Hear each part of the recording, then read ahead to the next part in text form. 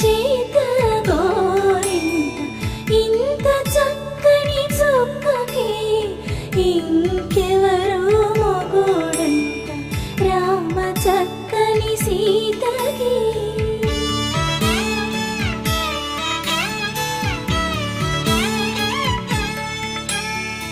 ఉడ